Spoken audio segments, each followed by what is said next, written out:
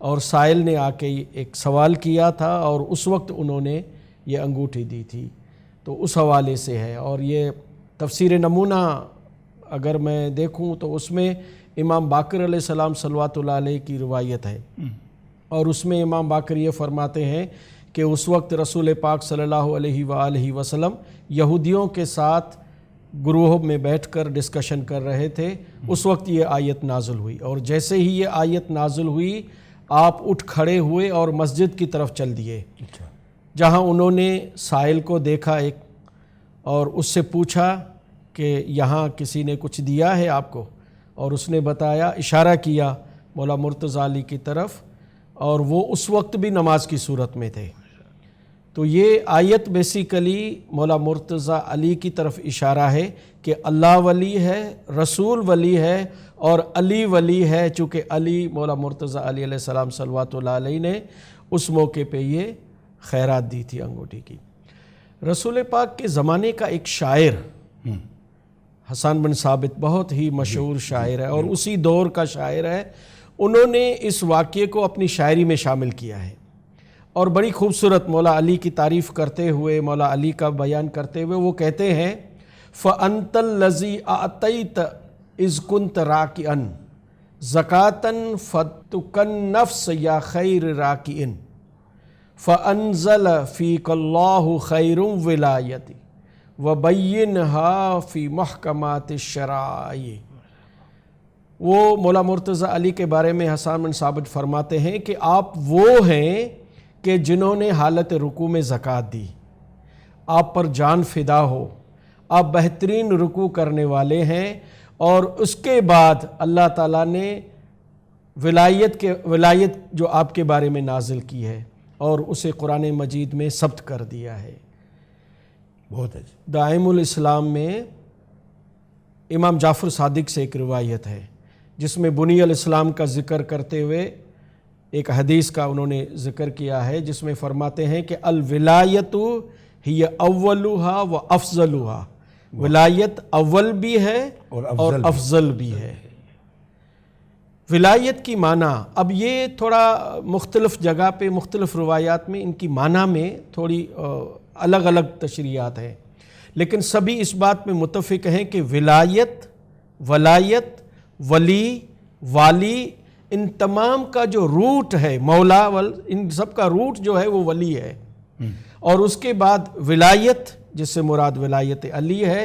ولایت کی معنی ہے صاحب اقتدار، نگہبان، سردار، سرپرست، صاحب امر، والی، یہ ساری جو معنائیں ہیں وہ ولایت کے بارے میں ہیں۔ اور ہمارا اسٹیپ کریکولم خاص طور پر فیتھ اینڈ پریکٹس کا ماڈیول جو ہے وہ ان کو اس طرح سے بیان کرتا ہے کہ ولایت سے مراد اتھارٹی ہے، یعنی وہی جس کے پاس اختیار ہے، صاحب امر، اس کا ذکر کرتا ہے۔ یہ ولایت واو زیر کے ساتھ، واو زیر کے ساتھ ہے اس کا ذکر، اور اس میں وہ ولایت، وہ اختیار جو رسول پاک صلی اللہ علیہ وآلہ وسلم نے حضرت مولا مرتضیٰ علی کو ہیریڈیٹی میں دیا تاکہ وہ مومنوں کے پروٹیکٹر، ان کے محافظ بن کر ان کی گائیڈنس کریں۔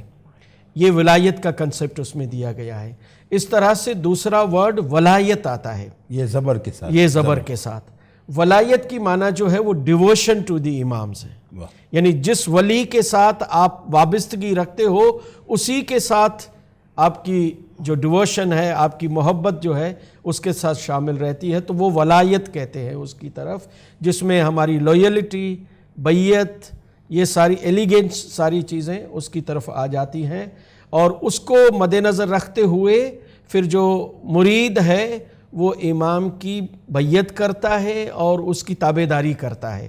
اور قرآن پاک میں بھی اس کو بیان کیا گیا ہے، جس میں قرآن پاک کی آیت جس کو ہم کہتے ہیں قُلْ لَا أَسْأَلُكُمْ عَلَيْهِ أَجْرًا إِلَّا الْمَوَدَّةَ فِي الْقُرْبَى، یعنی رسول پاک صلی اللہ علیہ وآلہ وسلم سے پوچھا گیا کہ آپ کو کیا اجر چاہیے، اتنی بڑی محنت آپ نے کی ہے، تو یہ قرآن پاک کی آیت نازل ہوئی جس میں فرمایا گیا کہ ہم آپ سے کوئی اجر نہیں مانگتے سوائے اس کے کہ ہمارے اقربا، اہل بیت، ولایت علی، ان سے آپ کی محبت یعنی ولایت ہو۔ بہت خوب سر، تو یہ اس کا مطلب ولایت امام کی اتھارٹی ہے، اتھارٹی. اور ولایا امام سے محبت، عقیدت اور جو روحانی بندھن ہے ہمارا اس کی جانب اس کی اشارہ. طرف اشارہ ہے. تو یہ بڑا کمپریہنسو ایک بن جاتا ہے نا کہ اگر دونوں کو ہم ملائیں تو نظر امامت کی ساری چیزیں اس میں آ جاتی ہیں. بالکل. تو تھینک یو سر مدد. سر یہ ولایت بھی ایک اہم تصور تھا جو مدد سر نے بہت اچھے طریقے سے ایکسپلین کیا. مولا علی کی علم و حکمت اور دانائی بھی بہت مشہور ہے سر، اس کے بارے میں آپ کچھ بتائیے. بسم اللہ الرحمن الرحیم. مولا مرتضیٰ علیہ السلام کی جو شخصیت ہے اتنی ہمہ جہتی شخصیت ہے کہ ابھی تک لوگ اس کو پوری طرح بیان نہیں کر پائے ہیں، سمجھ نہیں پائے، تو ہم ایک نشست میں کیا کر لیں گے. بالکل. تو جس طرح کا آپ نے حدیث سے مبارکہ کوٹ کیا کہ ذکر علی عباد، مولا علیہ السلام کا ذکر عبادت ہے، تو اس عبادت کی سعادت مندی حاصل کر لیتے ہیں کچھ دیر ہم مولا کی ذات عالی صفات کی تعریف کرتے ہوئے. اور سب سے پہلے میں ایک فارسی شاعر کی بے بسی اچھا جو اس نے اظہار کیا ہے اس سے ذکر کروں گا، شروع کروں گا کہ اوصاف علی بی گفتن ممکن نیست. واہ. اوصاف علی بی گفتن ممکن نیست، گنجائش بحر در سبو ممکن نیست. بہت. من ذات علی بلعجبی کی دانم الا دانم کہ مثل وہ ممکن نیست. کہ مولا علی علیہ السلام کی اوصاف بیان کرنا ممکن نہیں ہے، اور سمندر کو جس طرح کوزے میں سمانا ناممکن ہے، اسی طرح آپ کی ذات کا احاطہ کرنا ناممکن ہے. اور میں مولا علی جو بلعجبی ہے، جن کی شخصیات عجائب اور غرائب سے بھرپور ہے، اس کے بارے میں میں کیا جانوں. میں تو اتنا ہی جانتا ہوں کہ اس کے جیسا کوئی، واہ، کہ مثل وہ ممکن نیست. تو ظاہر ہے کہ ہم کسی ایک گوشے پہ کنسنٹریٹ کریں گے. تو اگر ہم علم کی بات کرتے ہیں تو ایک بہت مشہور حدیث ہے حضور پاک صلی اللہ علیہ وآلہ وسلم کی کہ انا مدینۃ العلم وعلی بابھا، میں علم کا شہر ہوں اور علی اس کا دروازہ ہے. فمن اراد العلم فلیأت الباب، تو جس سے علم چاہیے اسے دروازے سے آنا چاہیے. اور اس لحاظ سے مولا علی علیہ السلام کو باب مدینۃ العلم کہا جاتا ہے، اور دروازے پہ بہت بات کی جاتی ہے. دروازے سے کے بارے میں بات کرنے سے پہلے اس گھر کی تھوڑی سی بات کر لیں، جس کا وہ دروازہ کہ جس کا یہ دروازہ ہے اس گھر میں کیا ہے. تو اس گھر کا مالک کہتا ہے کہ انا مدینۃ العلم، میں علم کا شہر ہوں. جب علم کا اس شہر، آپ یہ شہر میں یہ علم آیا کہاں سے؟ یہ کون سا علم ہے؟ کیا اکتسابی علم ہے؟ وہ اکتسابی ہے، کمایا ہوا علم تو ہے نہیں. تو جو شہر علم ہے اس کا علم کہاں سے آیا؟ بہت خوب. تو وہ جو علم شہر علم میں آیا ہے وہی کے ذریعے سے آیا ہے. تو یہ علم کا جو منبع ہے، ہم اگر اس کو پیچھے لے کر جاتے ہیں کہ پیغمبروں کو علم کہاں سے ملتا ہے، تو یہ اللہ کا عطا کرتا ہے. کیونکہ اللہ العالم ہے، اللہ العلیم ہے، اللہ الحکیم ہے، اللہ علام الغیوب ہے. اور اللہ تعالیٰ کا ارشاد ہے کہ اس کے علم نے ان اللہ قد احاط بکل شیء علما، وہ جو پوری کائنات میں پھیلا ہوا ہے تو علم کے ذریعے سے پھیلا ہوا ہے. اس کے علم نے ہر چیز کو اپنے گھیرے میں لے رکھا ہے، اور یہی علم ہے جو وہ انسان کامل کو عطا کرتا ہے. اور یہی علم مدینۃ العلم میں ہے. تو جس طرح حضرت آدم علیہ السلام کے قصے میں ہم پڑھتے ہیں کہ اللہ تبارک تعالیٰ فرماتا ہے کہ وہ علم آدم الاسماء کلہا، جو تھوڑی بہت بھی حکمت جانتا ہے اور اللہ کی زبان کو سمجھنے کی کوشش کرتا ہے، تو ظاہر ہے کہ اللہ تبارک و تعالیٰ کوئی زمینی اشیاء کے نام تو نہیں سکھائے گا اپنے کسی نبی کو. فعلم آدم الاسماء کلہا، یعنی تمام علوم کی جو کلیدیں ہیں، چابیاں ہیں، وہ حضرت آدم کے حوالے کر دی گئی. اور تب فرشتوں کے سامنے چیلنج کیا گیا کہ تمہارے پاس یہ ہے تو بتاؤ. انہوں نے کیا کہا؟ سبحانک لا علم لنا الا ما علمتنا. تو سبحان ہے، ہمارے پاس تو وہی علم ہے تو صحیح، وہ بھی وہ ہے جو تیرا دیا. تو الا ما علمتنا کہ مطلب جو تو نے سکھایا ہے وہی ہمارے پاس ہے. تو اصل علم جو ہے وہ دینے والا. اب حضور پاک اس شہر میں جو سارا علم ہے وہ قرآن کی صورت میں ہے. اچھا بھائی قرآن آپ کے پاس کیسے پہنچا؟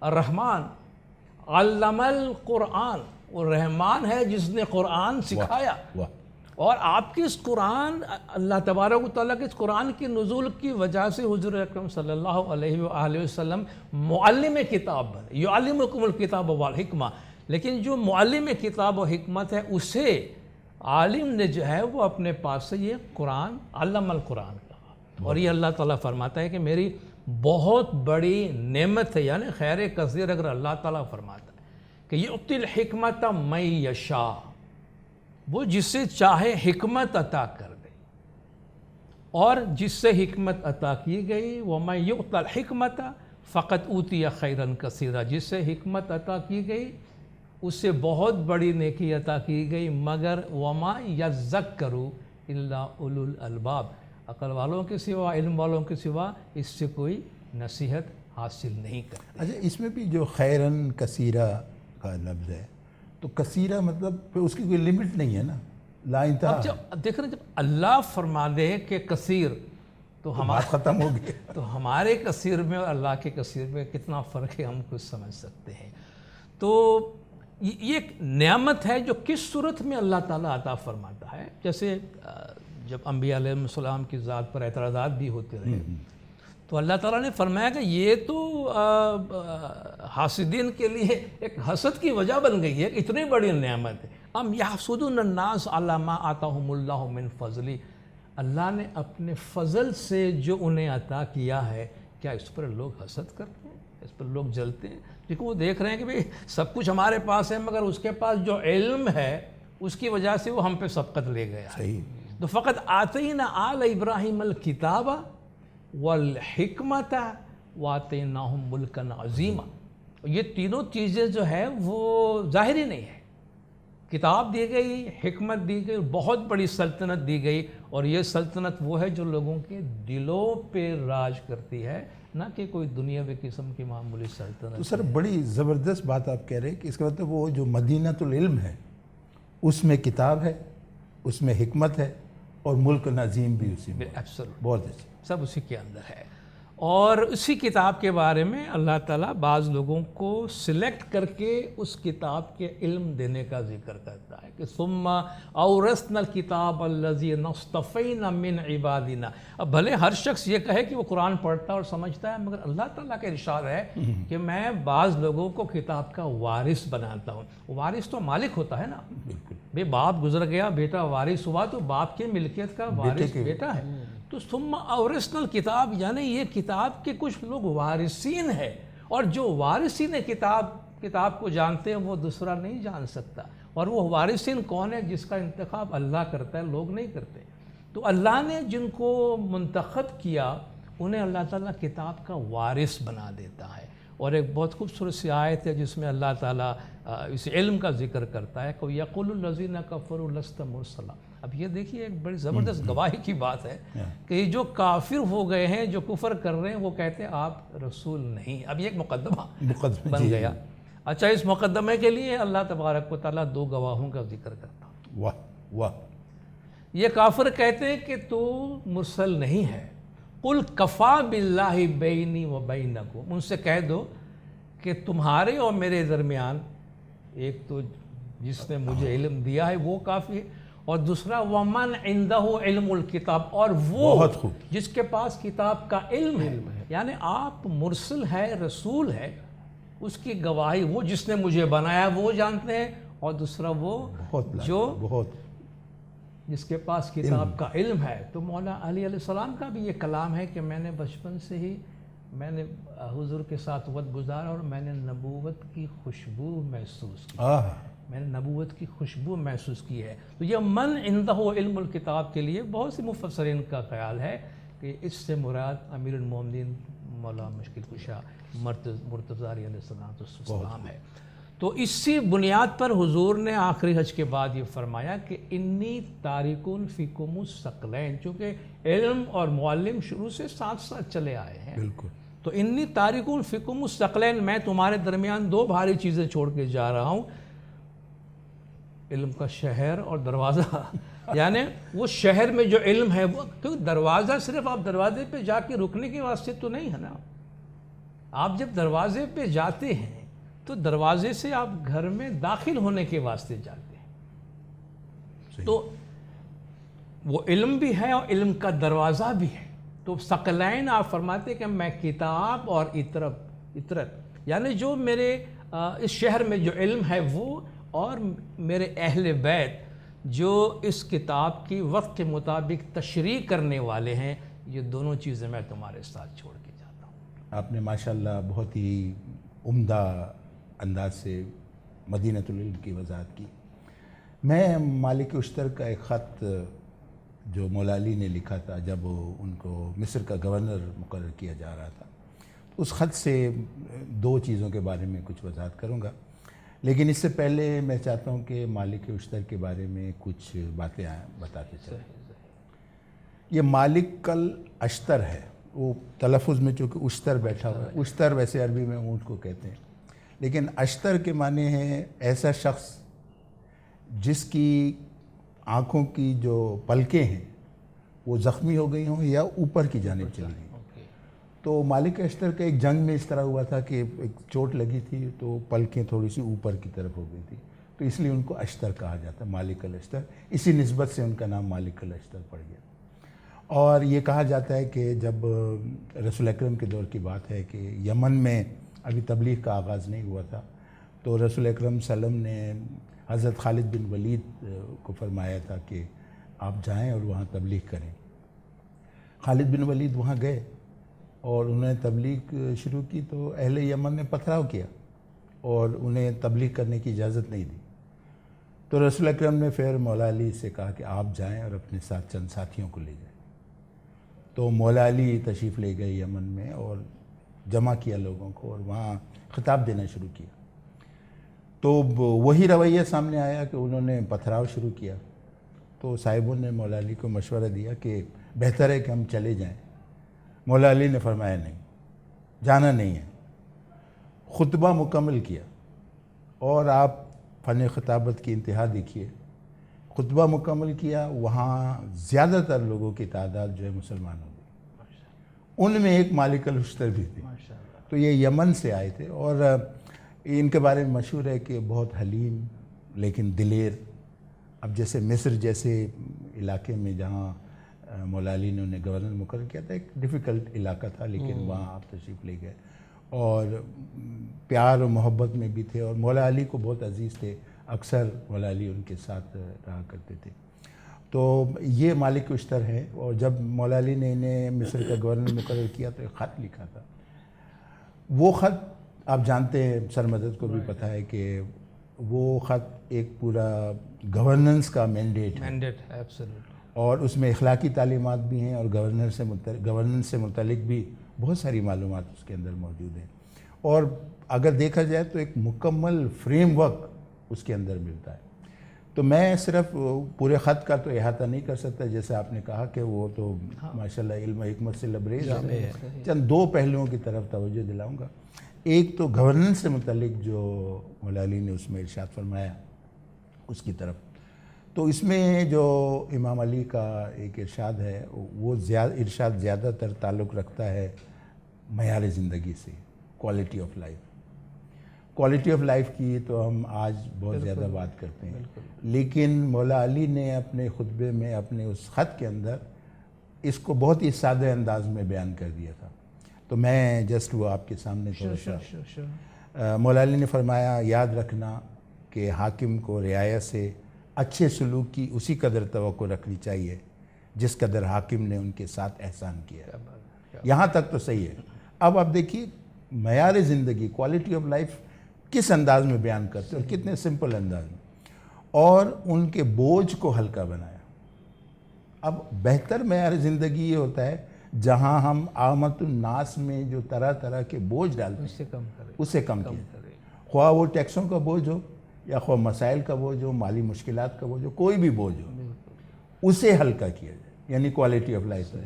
اور دوسری کنڈیشن ہے ان کو ایسے کام پر مجبور نہ کرے جو ان کے امکان میں نہ ہو، یعنی جو وہ کر نہیں سکتے ہوں ان پر اتنا زیادہ بوجھ نہ ڈالے. تو یہ میں سمجھتا ہوں کہ وہ ایک جیسے شروع میں نے عرض کیا کہ فریم ورک بھی ہے اس کے اندر، اور at the same time quality of life کے جو 2 امپورٹنٹ کمپوننٹس ہیں اس کی طرف بھی اشارہ کر دیا کہ لوگوں پر بہت زیادہ بوجھ بھی نہ ہو اور اتنا بوجھ بھی نہ ہو کہ وہ ان کے امکان سے باہر ہو۔ تو یہ مجھے لگتا ہے کہ ہم اگر آج بھی اپنے لیے بھی معیار زندگی کی بات کریں تو ہمیں سوچنا چاہیے، ہم دوسروں کے لیے جب معیار زندگی کی بات کریں تو اس وقت بھی ہمیں یہ چیز مد نظر رکھنی چاہیے کہ کسی کے معیار زندگی کو بہتر کرنے کے لیے میرے پاس 2 بنیادی اصول کون سے ہیں، تو وہ یہاں پر اس کا ذکر جو ہے وہ موجود ہے۔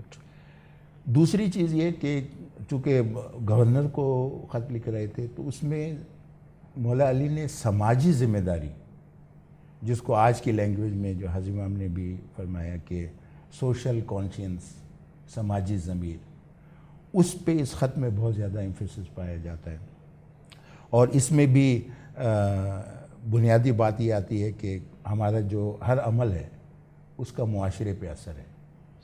تو حکمران وقت کے لیے مولا علی نے خط میں تاکید فرمائی کہ وہ اس بات کا خیال رکھیں کہ وہ جو بھی عمل کریں گے معاشرے پر اس کا گہرا اثر ہوگا، اس لیے اپنی ذاتی پسند و ناپسند کو نظر انداز کرتے ہوئے معاشرے کی بہتری کے لیے، جس کو ہم لارجر بینیفٹ کی بات کرتے ہیں، تو یہ ماڈرن نوشن سے، لیکن اس کی بنیادیں آپ کو انہی خطوط میں پہلے سے مل جائیں گی۔ اور پھر دیکھیے اس میں یہ ہے کہ رعایا کے ساتھ مہربانی اور محبت اور رحمت کو اپنے دل کا شعار بناؤ، اپنے دل کا شعار بناؤ۔ اب اس میں بھی ایمفیسس ہے، رورل حکمران ہوتا ہے نا تو اس کا فوکس ہزاروں چیزوں پہ ہوتا ہے، لیکن امام کہتے ہیں کہ تم اگر پہلے اپنا سینٹر آف فوکس، دل کا شعار، کور ویلیو جو ہے اس کا جی ایگزیکٹلی اس کو بنائیں گے تو پھر وہ ہو جائیں گے۔ دل کا شعار بناؤ، اور خبردار ان کے حق میں یعنی رعایا کے حق میں ظالم درندے جیسے مت بننا۔ اور پھر دیکھیے یہ بھی ایک بہت ہی زبردست پاورفل جملہ آگے فرماتے ہیں، مخلوقات خدا کی 2 قسمیں ہیں، سر مدد توجہ دینا، مخلوق خدا کی 2 قسمیں ہیں، بعض تمہارے دینی بھائی ہیں اور بعض خلقت میں تمہارے بھائی ہیں، مطلب دونوں بھائی ہیں، دونوں بھائی ایگزیکٹلی سب تمہارے اپنے ہیں، اپنے ہیں، کوئی غیر نہیں۔ کیا بات؟ تو وہ جو گلوبل بردرہوڈ اور عالمی بھائی چارے کی بات کر رہے ہیں وہ ساری اسی نوشن میں وہ ساری چیزیں۔ حکمران اور رعایا کے درمیان جو تعلق، محبت کا تعلق، آپ اسے اپنے گھر کے افراد کی طرح ٹریٹ کریں کیونکہ وہ آپ کے بچے اور بھائی ہیں۔ کیا بات؟ اور اس میں دوسری بات، اس کے ساتھ جو جملہ مولا نے ایڈ کر دیا، جن سے غلطیاں ہو جاتی ہیں، اس کا مطلب یہ کہ لوگ خطا کے پتلے ہیں، غلطیاں کریں گے۔ بعض اوقات یہ ہوتا ہے نا، ہم جب پوزیشن آف اتھارٹی پہ آ جاتے ہیں تو ہم پرفیکشن چاہتے ہیں، چونکہ میں حکمران ہوں، جیسا میں نے کہا ہے ویسے عمل کیا جانا چاہیے۔ مولا اس ٹینڈنسی کو بریک لگا رہے ہیں، کہہ رہے ہیں کہ آپ کے دینی بھائی ہیں، ایک تو پہلی چیز ہے کہ رنگ و نسل، دین اور کی تفریق سے میں نہ پڑھیں آپ، اور دوسرا ہے کہ پرفیکشن کی توقع نہ رکھیں کیونکہ وہ خطا کے پتلے ہیں۔ تو اس طرف امام نے بہت زیادہ زور دیا۔ اور پھر اس کے ساتھ ساتھ چونکہ یہ چیزیں ایسی ہیں نا، اخلاق کی اور گورننس کی یہ ساری چیزیں ہیں، اگر میں بظاہر لوگوں سے اچھا سلوک کرتا ہوں لیکن داخلی تبدیلی نہ ہو تو بھی مذہب نہیں آتا ہے۔ تو امام نے اپنے خط میں بھی آپ دیکھیں گے، اگر شروع کے 1-2 صفحات پڑھیں تو اس میں داخلی تبدیلیوں پہ زور دیا ہے۔ بیسک میسج یہ دینا چاہتے ہیں کہ گورننس کی ابتدا اپنی ذات سے ہوتی ہے، جو چیز اندر ہوتی ہے وہی باہر آئے گی، اگر اندر نہیں ہے تو باہر آئے کیسے آئے گی؟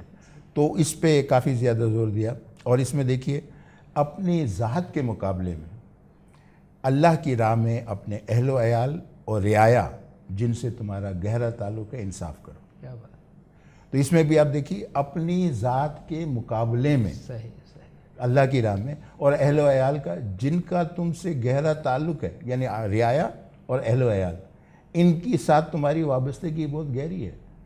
وزراء اور منسٹرز تو بعد میں آئیں گے، لیکن رعایا اور اہل و عیال پہلے۔ انصاف کرنا، اگر ایسا نہ کرو گے تو ظالم ہو جاؤ۔ اب آپ دیکھیے کہ اس میں انصاف کی ڈیفینیشن بھی آ گئی ہے کہ انصاف کیا ہے، کہ ہم جب اللہ کی راہ میں ان کو ساتھ بہتر سلوک کرتے ہیں تو یہ انصاف ہے، اگر ہم اس سے ہٹ جاتے ہیں تو یہ اس میں مجھے وہ یاد ہے کہ اگر انصاف نہیں کرو گے تو ظالم ہو جاؤ گے. ہاں یعنی انصاف نہ کرنا بھی ظلم میں شامل ہے. بالکل بالکل بہت اچھی. انصاف نہ کرنا بھی بذات خود. تو یہ تو سرمدر چند باتیں ہو گئیں مالک کی اشتر کے لیے جو مولا علی نے خط لکھا تھا اس سلسلے میں. چند مزید اخلاقی پہلو بھی ہیں مولا علی کی تعلیمات کے اس میں, تو اس سلسلے میں آپ اگر کچھ روشنی ڈالیں تو. مولا مرتضیٰ علی کا جو یہ خط مالک الاشتر کو جو لکھا تھا بہت ہی جامع ہے. اس میں بہت ساری باتیں ہیں, 2-3 کا ذکر آپ نے کیا اور 2-3 چیزیں میں اس میں آپ کے ساتھ اس میں شیئر کرتا ہوں. مثلا ایک چیز اس میں مولا مرتضیٰ علیہ السلام نے مالکل کو لکھا اشتر کو کہ چھوٹی چھوٹی ضروریات کی نگرانی کو نظر انداز نہ کر دینا, چھوٹی چھوٹی چیزوں کو, اور معمولی مہربانی کا بھی ایک اثر ہے. بہت اچھا. معمولی مہربانی کا بھی ایک اثر ہے جس سے لوگوں کو فائدہ ہوتا ہے. اب میں اپنی زندگی میں دیکھتا ہوں اور ارد گرد ہماری زندگی میں کبھی کبھی ہم یہ چھوٹی چھوٹی باتیں اگنور کر دیتے ہیں لیکن وہ بہت بڑا اثر رکھتی ہے. یعنی ایک بچے کو صرف فیس نہ ہونے کی وجہ سے وہ امتحان نہیں دے سکا, اس کی زندگی اجیرن ہو گئی. کسی نے وہ مدد کر دی اس کو, اس کی زندگی بن گئی. میں ایک بچے کو جانتا ہوں انٹیریئر سندھ سے جس نے ہائر ایجوکیشن کے لیے جانا تھا اور ان کے پاس کرائے کے پیسے نہیں تھے. ان کی بہن نے اپنی مرغی بیچ کر اس کو کرائے کے پیسے دیے. اب وہ صرف وہ چند روپے اور اس بچے کی زندگی بن گئی. اگر وہ شاید چھوٹی سی چیز اگر نہیں کرتے تو نہیں ہوتا. ہم کبھی کبھی ایسی چیزیں رکھتے ہیں اور کبھی ایسا ہوتا ہے کہ شاید میں وہ کر سکتا تھا لیکن میں نے نہیں کی. ارد گرد ہر ایک اپنے طور پہ دیکھے تو جتنا ہم کر سکیں چھوٹی چھوٹی چیزیں, اور ہر ایک کو اس میں موقع ملتا ہے. سر بدر یہ آپ کی اور سر ہماری زندگیوں کی بھی واقع ہے نا. ہمارے شاگرد بہت ساری ہماری چھوٹی سی کوئی بات ہم نے کی ہوتی ہے اسے یاد رکھتے ہیں اور پھر کہتے ہیں فلاں ہے اس بات نے زندگی بدل دی. کہتے ہیں آپ کی ایک چھوٹی سی بات کسی کے لیے بہت بڑی بات ہو سکتی ہے. آپ کے لیے بہت معمولی ہے مگر کسی اور کے لیے وہ چیز بہت بڑی بن جاتی ہے, بہت بڑی. بہت اچھی. تو ایک تو اس چیز کا خیال امام نے اس میں دیا. دوسری بات ایک انسانی رویے میں غرور اور تکبر کا ہے, اس سے دور رکھنے کی بات کی. اور یہاں مولا مرتضیٰ علی کا ایک فرمان مجھے یاد آتا ہے جس میں کلام مولا میں مولا مرتضیٰ علیہ السلام فرماتے ہیں کہ کومل دل اپنے کو رکھنا جو کومل ہریالی کا الاگاس, گردن کش کٹھن نہیں ہونا جو جاڑ بنے بنواس. جب ہوتا طوفان زور کا تو ترو سخت گر جائے, کومل گاس خوش لہراں لیوے پون اسے نہ سگے گرائے.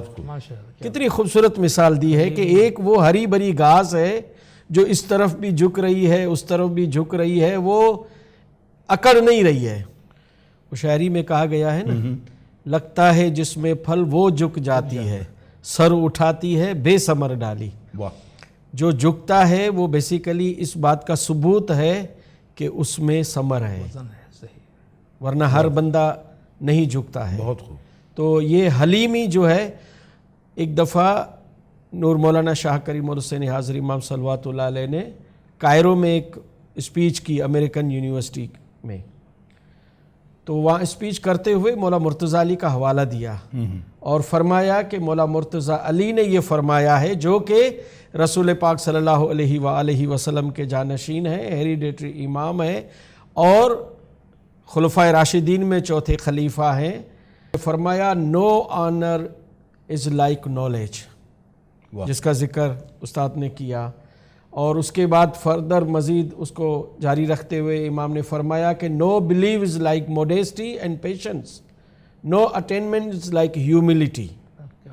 یعنی ہیوملٹی جیسی کوئی چیز ہے نہیں. آپ کتنا ہی حاصل کر لو, کتنی ہی کامیابی حاصل کر لو, لیکن جو حلیمی ہے وہ سب سے بڑی اٹینمنٹ. ہیوملٹی سب سے بڑی اٹینمنٹ ہے نا, آپ کی سب سے بڑی رسائی آپ نے حاصل کی ہے.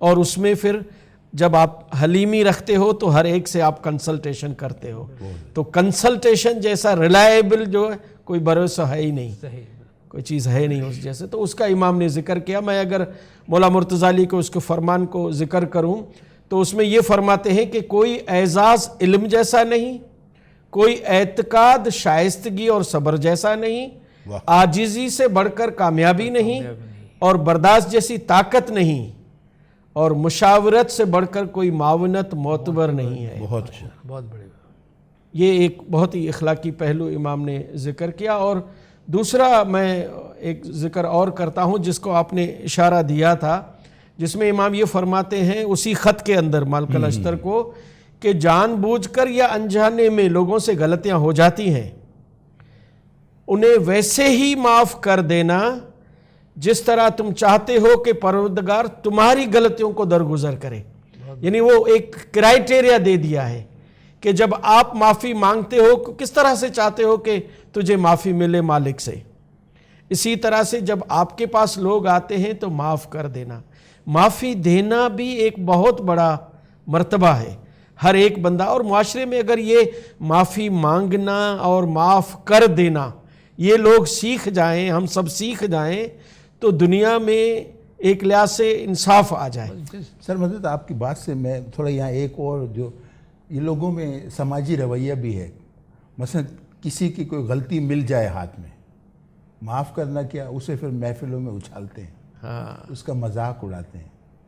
تو یہاں تو امام تو یہ فرما رہے ہیں کہ بھائی آپ کو تو بالکل اس کو درگزر کرنا ہے، مغفرت سے کام لینا، اس کی پردہ پوشی کرنا۔ بالکل یہ ہمارے مائنڈ سیٹ کا حصہ ہونا چاہیے کہ بھئی آپ لوگوں خوبیاں دیکھو اور غلطیاں نہ دیکھو۔ اگر یہ ہمارا رویہ ہو تو بہت سی جو معاشرتی بیماریاں ہیں وہ ختم ہو سکتی ہیں۔ اگر دیکھ بھی لینا تو پھر اس کو سرے عام اللہ اچھالیں ستار العیوب ہے، جب وہ عیبوں کو چھپاتا ہے جی جی تو ہم بالکل۔ کون ہوتے ہیں ظاہر کرنے والے؟ جی سر مدد، سوری۔ بالکل صحیح کہا آپ نے۔ اور ایک اور امام نے اس میں اضافہ کیا کہ آپ کو یا تو دینا پڑتا ہے یا منع کرنا پڑتا ہے۔ لوگ آپ کے پاس آتے ہیں تو اگر دو تو خوشگواری کے ساتھ دو، اور اگر نہیں دے سکتے ہو تو منع بھی اس طرح سے کرو کہ خوبصورتی کے ساتھ اس کو آپ ٹال سکو۔ یعنی ایسا ہوتا ہے، یہ رویہ ہے، ہر ایک کی ہر چیز آپ پوری نہیں کر سکتے، لیکن وہ ایٹیٹیوڈ آپ کا ایسا ہونا چاہیے، رویہ اخلاق آپ کا ایسا نہ ہو کہ چلو مدد نہیں کی لیکن جس طرح سے بات کی وہ لوگوں کو یاد رہ جاتی ہے۔ مجھے یاد ہے وہ کوئی ایک صاحب آئے تھے کسی کے گھر مدد مانگنے کے لیے، تو مدد تو کی، بار بار آ جاتے ہو، یہ کیا ہے؟ تو یہ دیکھیے مدد وہ آپ کی وہ جو احسان ہے وہ ختم ہو گیا۔ اللہ فرماتا ہے کہ آپ لوگوں سے احسان کرو اور اس کو پھر جتاؤ نہیں، اس کے لیے اسے اذیت نہ دو، پھر تو آپ نے پورا دھو ڈالا۔ تو وہ خوشگواری والا احساس جو ہے نا وہ پیدا وہ بہت ضروری ہے۔ آپ منع بھی کریں تو کم سے کم ہم نے نہیں دیا لیکن دلاسا تو دے سکتے ہیں آپ۔ لوگ سر اس طرح بھی کہتے ہیں نہیں ہے جاؤ، روز روز آ جاتے، بھائی خوشگواری سے نہیں بیٹا، یہ کچھ بھی کہہ کر سر مدد۔ بالکل، تو ایک آسپیکٹ یہ ہے، اور دوسرا جو ہاتھ اور زبان کے استعمال ہے اس کے بارے میں مولا مرتضی علی فرماتے ہیں۔ اخلاقی پہلو بہت سارے ہیں، میں یہ آپ کے ساتھ صرف شیئر کر رہا ہوں۔ امام فرماتے ہیں کہ اپنے ہاتھ کی جنبش اور زبان کی کاٹ پر قابو رکھنا۔ یعنی زبان کاٹتی ہے، تلوار نہیں کاٹتی ہے، زبان کاٹ دیتی ہے، اس سے لوگوں کو محفوظ رکھنا۔ کبھی کبھی ایسا ہوتا ہے ہم کسی کو کچھ نہ دیں لیکن زبان سے اس طرح سے کرتے ہیں زندگی بھر لوگ ہمارا پھر چہرہ نہیں دیکھتے، کہتے ہیں تلوار کا زخم بھر جاتا ہے، بھر جاتا ہے، اور زبان کا زخم نہیں بھرتا ہے۔ تو وہ زبان کی کاٹ سے لوگوں کو محفوظ رکھو، یہ مولا مرتضی علی خاص طور پر فرماتے ہیں۔ یہ تو سر میں تو اس کے لیے ایک لفظ استعمال کرتا ہوں، لفظوں کے زخم۔ بالکل، تو ہم ایسے کڑوے کسیلے جملے کہہ دیتے ہیں جو ہمیں تو نہیں پتہ چلتا ہے لیکن اگلے کے ذات کو، دل کو زخمی کرتے ہیں، جان بوجھ کر طنز کرتے ہیں۔ اس طرح سے یہ ایک اپروچ ہوتا ہے لوگوں کا، لیکن نہیں ہونا چاہیے اس طرح سے۔ اور دوسری بات یہ کہ جس طرح سے آپ نے پہلے اظہار کیا کہ لوگ ڈھونڈتے ہیں، تو مولا مرتضی علی نے اسی خط میں یہ فرمایا ہے کہ جو عیب تمہارے سامنے نہیں ہے اس کا انکشاف نہیں کرو، بہت اچھے، تلاش نہیں کرو۔ انسان تو خطا کار ہے، ہر ایک میں کچھ نہ کچھ ہوگا عیب، لیکن آپ اگر تلاش کرو کس چیز کو ڈگ آؤٹ کرنا ہے، جو اچھائیاں ہیں اس کو لانے کی ضرورت ہے۔ تو امام اس میں یہ فرماتے ہیں۔ اور دوسرا یہ کہ یہ ایک طرف تو یہ کہ اس کو دیکھو نہیں لیکن آپ اس کی اصلاح کرو، آپ کو نظر آتا ہے اس کی اصلاح کی کوشش کرو، یہ ایک اپروچ بہت ضروری ہے۔ تو مولا مرتضی علی کے اس خط میں ایسی بہت ساری باتیں ہیں جن سے ہم آج بھی بہت کچھ سیکھ سکتے ہیں. فائدہ اٹھا سکتے ہیں. ماشاء اللہ بہت اچھے. بہت ہی اہم خط ہے. بس ایک کمنٹس یہ دینے کو جی چاہتا ہے کہ اتنا پرانا خط ہے مگر اتنا آپ کو جدید لگ رہا ہے. بالکل سر, بالکل. کہ ارسپیکٹیو آف کوئی بھی گورنمنٹ میں خیال سے ہر گورنمنٹ میں گورننس کے جو پرنسپلس ہے اس کو تھوڑا سمجھنے کے لیے اس خط کو جو ہے وہ ریکمنڈ کیا جانا چاہیے کہ بھائی آپ اسے ضرور تھوڑا سا پڑھ لیا کرے, شاید کہ اتر جائے تیرے دل میں میری بات, کہ شاید اس میں سے کوئی بات تمہارے ساتھ. اور سر یہ آپ نے صحیح بات کہی, اسی لیے UN نے اور اس کی خاص طور پر ہیومن رائٹس والی جو کمیشن ہے انہوں نے سب کے لیے اس کو مثال قرار دیا ہے.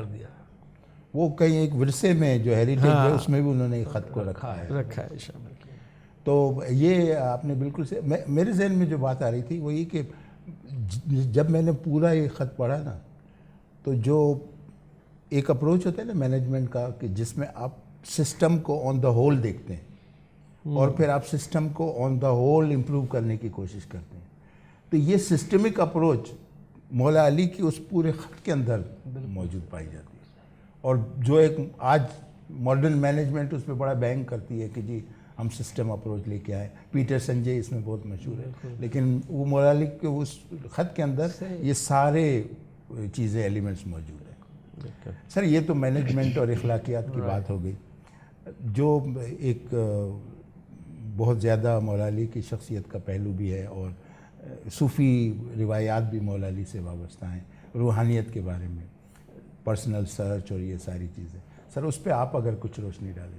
دیکھیے دین اسلام میں روحانیت کا اگر آپ کو تذکرہ کرنا ہے تو مولا مرتضیٰ علیہ السلام کی ذات کا تذکرہ کیے بغیر ہو ہی نہیں سکتا. صحیح ہے, کیونکہ دین اسلام میں مولا علیہ السلام جو ہیں وہ روحانیت کے منبع کے طور پر کہ جتنے بھی روحانیت کے راستے صوفیانہ طریقے آپ کو دین اسلام میں نظر آتے ہیں ان سب کی جو بنیاد ہے وہ مولا علی کی ذات ہے. حضور پاک کی سیرت ہمارے سامنے موجود ہے.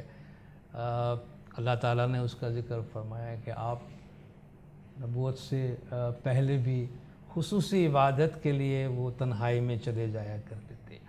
بعد میں بھی اللہ تعالیٰ کا حکم ہے کہ آپ چند لوگوں کے ساتھ اٹھ کے, یعنی قرآن میں آپ کو اشارہ ملتا ہے کہ خاص قسم کی پریکٹس کے واسطے حضور اکرم کے ساتھ دوسرے افراد موجود ہوا کرتے تھے, مگر چھوٹی سی جماعت تھی. اور حضور پاک کا یہ ارشاد ہے مولا علی کے بارے میں کہ بھئی جس طرح میں نے تمہارے ساتھ خیرکم بینکم من یقاتل علی تعویل القرآن کما قاتلتکم علی تنزیلہ, کہ جس طرح میں نے قرآن کے ظاہر کو پھیلانے میں کوشش کی ہے اس طرح حضرت علی علیہ السلام جو ہے وہ قرآن کے باطن کے لیے وہ جہاد کریں گے. یعنی اس کے جو باطنی تعلیمات ہے ان کو آگے لے جانے کے لیے, ان کو آگے بڑھانے کے لیے آپ جد و جہد کریں گے. اور اس میں ایک بہت اہم بات یہ ہے کہ مولا علی علیہ السلام نے روحانیت اور انٹلیکٹ ان دونوں کو دو جداگانہ راستہ قرار نہیں دیا. آپ نے فرمایا کہ یہ ایک ہی چیز کے دو فیسٹس ہیں. یعنی اگر ہم کہیں کہ عرفان یا معرفت جو شریعت طریقت حقیقت معرفت کی اعلیٰ ترین درجہ ہے, دیکھیے وہی چیز آپ انٹلیکٹ کے راستے سے بھی استعمال کرتے ہیں. ریکگنیشن یا جو آپ کے علم کی بالا ترین جو درجہ ہے اس کی بات کریں تو معرفہ آپ انٹلیکٹ سے جائیں یا معرفہ آپ روحانیت سے جائیں, آپ کی جو چوٹی ہے وہ عرفان ہے. تو فرمایا من عرف نفسہ فقد عرف ربہ, جس نے اپنے آپ کو پہچانا اس نے اللہ کو پہچانا. اور یہ پہچان کہتے ہیں وہ انٹلیکٹ سے بھی اس کا راستہ جاتا ہے اور روحانیت سے بھی جاتا ہے. اور آپ کی ذات سے لوگوں نے روحانی تعلیمات لی اور کئی روحانی راستے کے سلسلے صوفیانہ سلسلے دین اسلام میں نکلے, اور دین کے باطن کو سمجھنے کے لیے آپ نے بہت زیادہ زور دیا. کیونکہ جیسے قرآن حکیم کی قرآن مجید کی تعلیمات ہے وہ حضور اکرم کی ذات پر بھی نازل ہوا, اور وہ ہم سے بھی بات کرتے ہیں.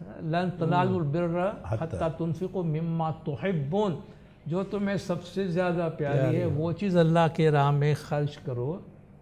ٹھیک ہے، تو ٹائم جو بھی خدا کے واسطے نکالو وہ بھی تمہارا بہترین اور افضل ترین وقت.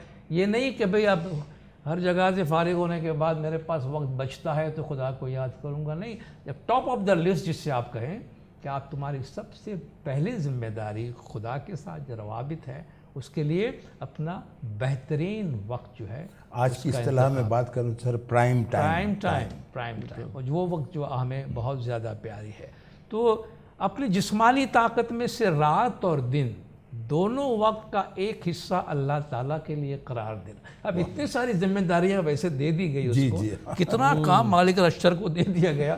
اب بھی فرما رہے ہیں کہ اپنی جسمانی طاقت میں سے رات اور دن دونوں کا تھوڑا حصہ جو ہے اللہ کے لیے قرار دینا، اور جس کام کے ذریعے سے اس کی قربت چاہتے ہو اس سے مکمل طور پہ انجام دینا. چونکہ اگر آپ خدا کی قربت آپ کو حاصل نہیں ہے تو پھر آپ کی سب چیزوں سے دوری ہو جائے گی. اور اگر آپ کی خدا سے قربت حاصل ہے تو ہر چیز سے آپ کی جو ہے وہ قربت ممکن ہے. تو شیعہ اسلام کے اندر دین پہ باطن پر عمل کرنا جو ہے وہ شیعہ اسلام کی بنیاد ہے. اور آج اس دین کے باطن کی پریکٹس کا طریقہ جو ہے وہ زمانے کے امام کی طرف سے مریدوں کو دیا جاتا ہے، اور زمانے کے امام کی گائیڈنس کے مطابق جو امام زمان کا بھی ارشاد ہے کہ امام زمان کی جو گائیڈنس ہے وہ مومنین کی روحانی راستوں کو انلائٹن کرتی ہے، منور کرتی ہے. اور یہ بھی زمانے کے امام کا ارشاد ہے کہ ہمارا جو فیتھ ہے، ہمارا جو عقیدہ ہے وہ عقل کا عقیدہ ہے. It's a faith of intellect. You have no division between intellect and faith. یعنی آپ کی عقل میں اور آپ کی فیتھ میں کوئی تفریق نہیں ہے. تو اگر آپ کی عقل آپ کے فیتھ کے ساتھ چل رہی ہے، آپ کا فیتھ آپ کی عقل کے ساتھ چل رہی ہے، تو آپ کو دین کو سمجھنے میں اور دین پہ عمل کرنے میں آپ بہت ہی کمفرٹیبل محسوس کریں. بہت اچھے سر، آپ نے جس طریقے سے مولا علی کے بارے میں اور ان کے ارشادات کی روشنی میں جو روحانیت کا پیغام دیا، اور پھر مالک اشتر کے خط سے بھی آپ نے بہت ساری چیزیں واضح کی. بنیادی طور پہ آپ کی بات سے میں جیسے نتیجہ یہ بھی اخذ کر رہا ہوں کہ ہم دنیا کے کتنے بڑے منصب پہ بھی کیوں نہ ہوں، دنیا داری میں کتنے بھی مصروف کیوں نہ ہوں، لیکن دن کے اوقات میں ایسا وقت نکالنا ہے. اور وقت کے لیے بھی آپ نے فرمایا کرائیٹیریا ہے کہ بہترین وقت پرائم ٹائم نکالیں، اور اس میں پھر آپ شوق اور ذوق کے ساتھ مگن ہو جائیں. تو یہ ایک بنیادی چیز ہے. اور جب تک داخل میں تبدیلی نہیں ہوگی تو پھر یہ خارجی کام کاج جو ہے نا وہ اتنی بہتری سے، اتنے عمدہ طریقے سے انجام نہیں. بیلنس کا ایک تصور ہے پورا. جی بالکل. تو یہ ہم نے ماشاءاللہ سے، جس طرح آپ نے ابتدا میں بات کی تھی کہ ہم مولا علی کی تعلیمات کو تو بہت زیادہ کور نہیں کر سکتے، لیکن آج کی اس گفتگو میں جتنا ہم کر سکے، جن پہلوؤں کی طرف اشارہ کیا ہم نے، وہ بنیادی طور پہ وہ پہلو ہیں جو آج کے دور میں ریلیونٹ بھی ہیں اور جن پر لوگوں کو عمل کرنا چاہیے. اگر میں آپ کی اجازت سے پوری گفتگو کو سمرائز کروں، خلاصہ بیان کروں، تو پہلی چیز تو یہ کہ یہ ایک بابرکت دن ہے اور اس کی برکت سے ہمیں فائدہ اٹھانا چاہیے. یہ وہ موقع بھی ہے جس میں ہم امام سے اپنی عقیدت، محبت، لائلٹی اس کا اظہار بھی کرتے ہیں. ہم نے اس پر کافی بات کی. ولایا اور ولایا کے کانسیپٹ کے اندر مدد سر نے اس پر اچھی خاصی روشنی ڈالی. اور پھر آپ نے علم کی بات کی اور بہت خوبصورت انداز سے جو علم کو وسیع معنوں میں آپ نے بیان کیا ہے. تو یہ بھی وہی بات ہو جائے گی سر کہ آپ نے دریا کو کوزے میں بند کرنے کی کوشش کی ہے. اور پھر سر مدد نے ایک خوبصورت اشارہ یہ بھی کیا تھا کہ ہاتھ کی جنبش اور زبان کی کاٹ سے جو ہے وہ دوسروں کو محفوظ رکھنا ہے. اور یہ بہت زیادہ ضروری ہے کیونکہ معاشرے میں امن قائم تب ہوگا، فیملیوں میں امن قائم تب ہوگا، گھروں میں رشتوں میں امن قائم تب ہوگا جب یہ دو ایلیمنٹ ہیں کہ ہم اس سے ہم بچیں گے کہ ہمارے ہاتھ سے لوگ محفوظ رہیں، ہماری زبانوں سے لوگ محفوظ رہیں. اور آج کے دور کے اندر تو یہ بہت ہی زیادہ ریلیونٹ چیز رکھتی ہے. پھر دوسری چیز یہ جس کی طرف آپ نے بھی اشارہ کیا آخری گفتگو میں، اس کو دہرانے کی ضرورت نہیں ہے، کہ داخلی تبدیلی، انٹرنل جب تک تبدیل نہیں ہوگا، آپ کا محور جو آپ کا ذات ہے، نفس ہے، اس تک جب تک ہم صفائی نہیں کریں گے، جیسا آپ نے لفظ بھی استعمال فرمایا، سیقل نہیں کریں گے یا جلاء القلوب نہیں ہوگا، دل کو پالش نہیں کریں گے، دل کو روشن نہیں کریں گے، تو پھر یہ سارے کام جو ہے نا وہ ہم اس میں خاطر خواہ کامیابی حاصل نہیں کر سکیں گے۔ تو سر آپ کا بھی شکریہ، مدد صاحب آپ کا بھی بہت شکریہ، ناظرین کرام آپ کا بھی بہت شکریہ، اور اس کے ساتھ ہی ہم آپ سے اجازت چاہتے ہیں۔ اللہ حافظ۔